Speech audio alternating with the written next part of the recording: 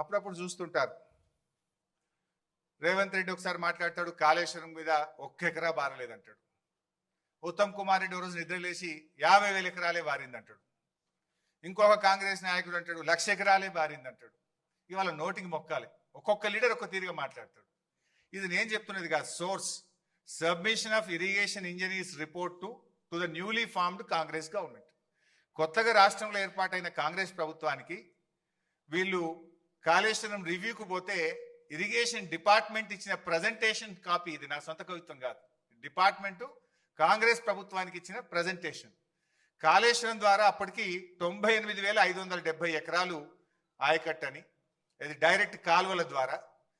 అదేవిధంగా కాలువల ద్వారా నింపిన 456 చెరువులను నింపడం ద్వారా 40,000 ఎకరాల ఆయకట్టు. SRSP stage 1 stage 2 Nizam Sagar కు 1,67,000 ఎకరాల కొత్త ఆయకట్టు.